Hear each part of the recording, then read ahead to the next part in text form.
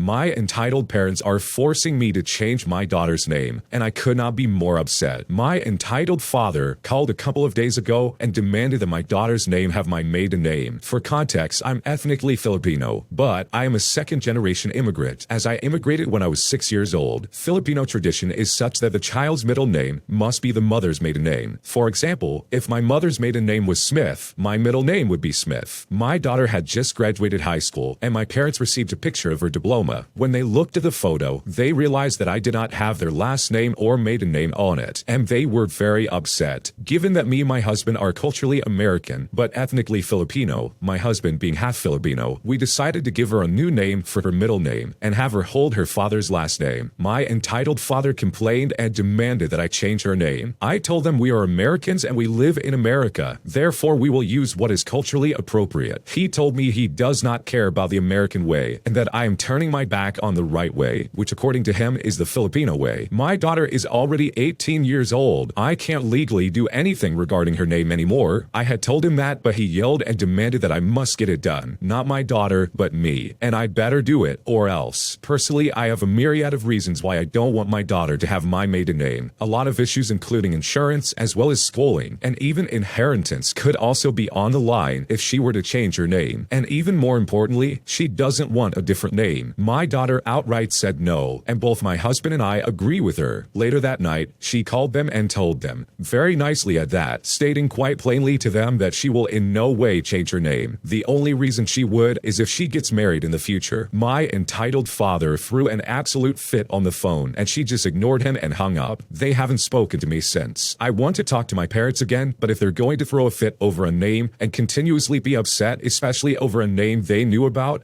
then I will cut ties. I honestly hope they get their act together. How weird can you possibly get, to be completely honest with you? Because they knew about this middle name issue for like, what, 17 years? Unless somehow they were just not involved or didn't know anything about this kid for what, 17 years? Why are you cherry picking this issue now of all times? No one is beholden to any type of tradition. If you want to break tradition and do your own thing, then by all means do it, in my opinion. The fact that this entitled father is acting so crazy towards this and tried to force this kid to change their name is just really stepping over the line, in my opinion. This kid is 18 years old. She could decide what she does and doesn't want to do with her well-being. And if she decides that she's not changing her middle name, well then guess what? There's nothing you can do about it. So good for them for standing up for themselves and for standing by their daughter's decision, because this family does not need this kind of energy in their life. My boyfriend has issues with my male friends, and I'm honestly not sure what to do about it. So I'm a 27-year-old female and my boyfriend is 28, and he has issues with me having male friends and hanging out with them. I let him know everything about them. I am always happy for him to join me when meeting them, and I am always transparent, reachable all the time I am out. I don't drink, so there's no chance of me doing something silly. I don't usually hang out with male friends one-on-one late into the evening, but I do often meet them after work, so between 6 o'clock until 10 o'clock. Sometimes I will organize big gatherings, which may go late into the night, and most of the time, it's just mainly guys, just because I have always had more male friends than female friends, despite having put effort to change things. The past several months, my boyfriend has been very busy, so he cannot join me, but he usually does not like hanging out with my friends much anyways. Most of my friends that I tend to meet one-on-one, I have known for quite a long time, so we essentially respect each other and have each other's back. I won't hang out one-on-one with the new guys I have met, unless it's for some kind of sporting event. So I'm kind of wondering, is this common among other men? I am a very extroverted person, and I would love to have more female friends, and usually when a male friend of mine gets a girlfriend, I tend to try and make that girl my friend as well. I am not sure what else I can do to make my boyfriend feel comfortable, and I am not sure why he has these issues with my male friends. I have asked him to explain, but he doesn't really say much besides,